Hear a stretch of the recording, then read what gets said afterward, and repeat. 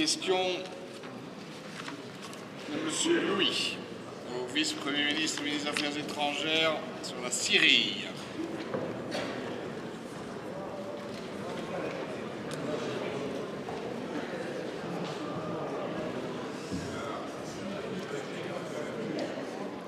Merci, Monsieur le Président. Monsieur le Ministre, la Syrie est actuellement victime d'un coup d'État fomenté, financé et programmé de l'extérieur. La volonté est claire, faire tomber Bachar el-Assad et lui réserver le même sort qu'à Saddam Hussein ou Kadhafi, l'exécution sommaire.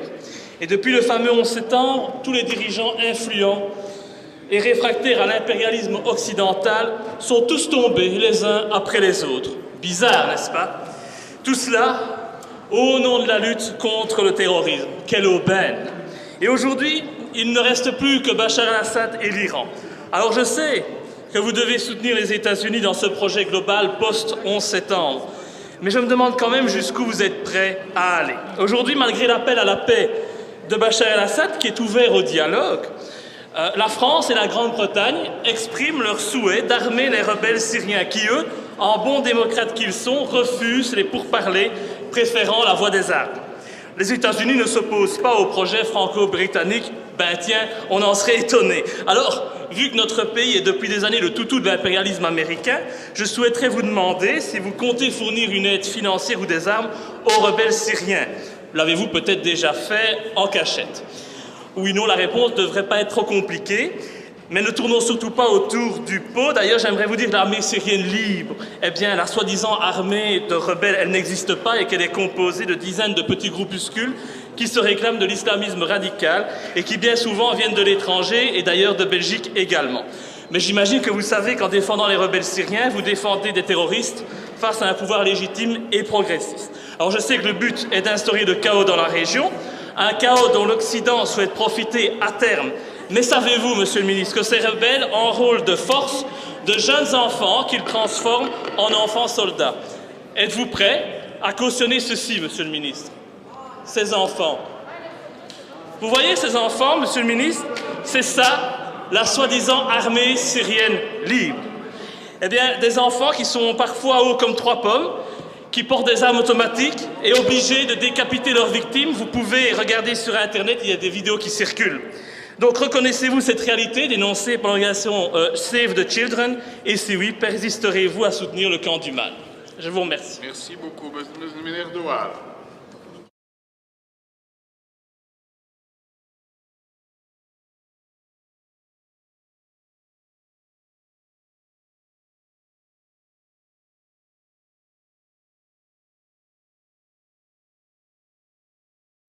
Monsieur le ministre.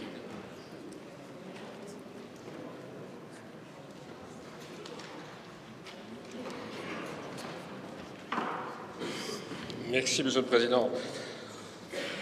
Tout d'abord, je voudrais dire à Monsieur Louis que je puis lui assurer que la Belgique n'a jamais envoyé de l'argent ou du matériel à l'opposition armée et que je ne puis que répéter notre position en ce qui concerne notre opposition en toutes circonstances et en tout lieu au recours à des enfants soldats dans des conflits armés. Nous avons d'ailleurs financé une association comme Save the Children. Pour le reste, considérer comme vous le faites, comme progressiste, un régime qui utilise des armes lourdes contre sa propre population, cela en dit long sur votre réflexion politique.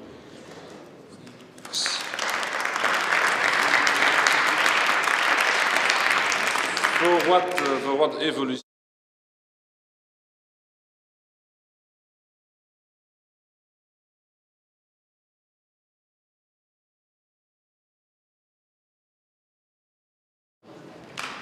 Mesdames, ministre, M. Louis.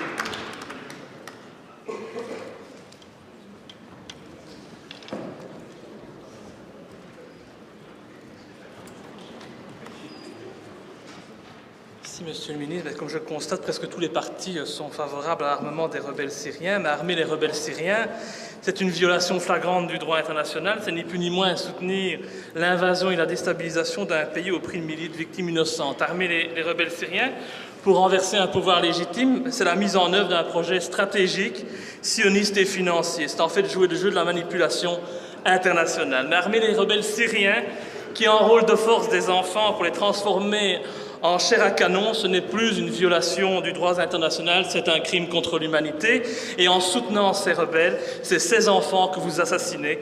Je vous demande donc de cesser de jouer le jeu des États-Unis d'Israël, cesser de prostituer nos esprits, et au lieu de défendre le pognon, défendez l'humain. C'est ce que le peuple attend des hommes et des femmes politiques.